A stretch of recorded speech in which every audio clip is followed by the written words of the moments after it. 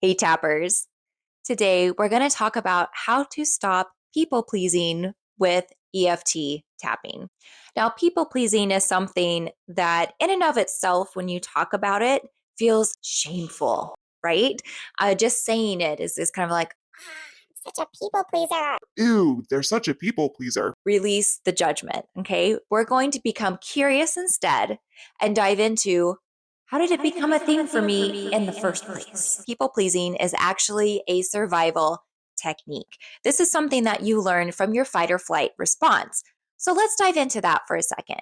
There are four different levels between when you're engaged in something that your body is saying, oh, I don't think we're safe right now. How can we get back to safe? And overwhelm, dissociative behavior, and we're not going to get out of this, so let's just not be fully present.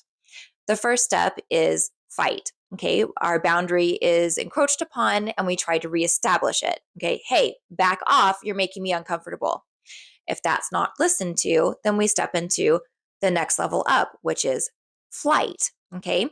Oh, they're not listening to me having this boundary. So I'm going to create a different boundary by leaving. I'm going to just get out of here. They can hold that space. I'm going to go find a different space to occupy. And let's say flight doesn't work. You're elevated then to the next one, which is freeze and fawn. People pleasing is fawn. That is where you attempt to appeal to the person that is threatening you to no longer be their target. So, what this looks like in freeze and fawn is looking small, looking little, looking unthreatening, looking like you're on their side, looking like you're trying to solve their problem, which is people pleasing. Because the next step after that is the last step, and that's overwhelm and dissociation. Now, here's the rub.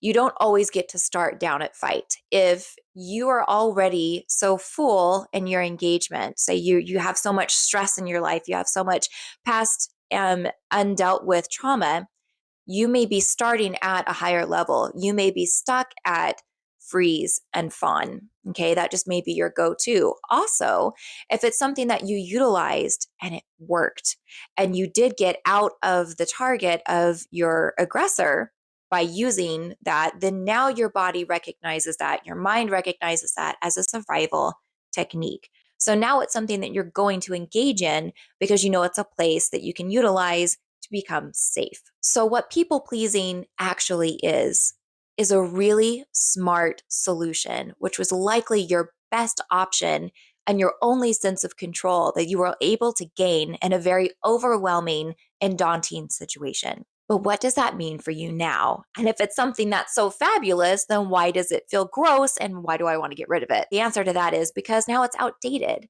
It's likely now when you're faced in this type of situation, you have other options. You know that you have other points of empowerment that you can engage.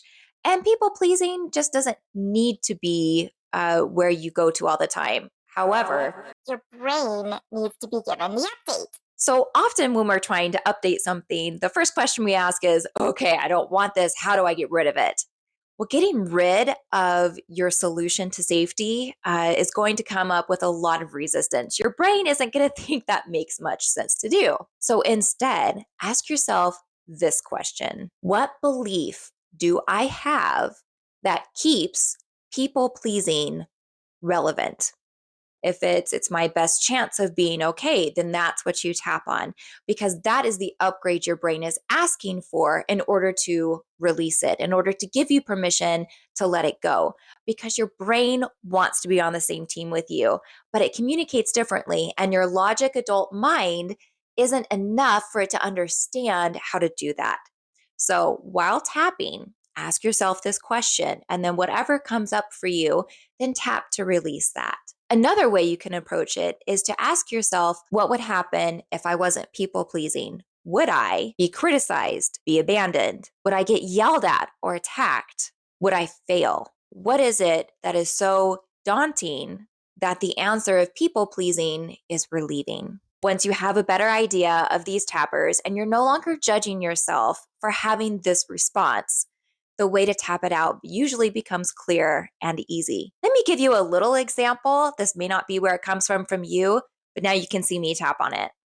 As I release myself from judgment on the fact that I people please, I deeply and completely accept myself. Even though I don't fully understand this yet, I am determined to deeply and completely accept myself, even if I still people please.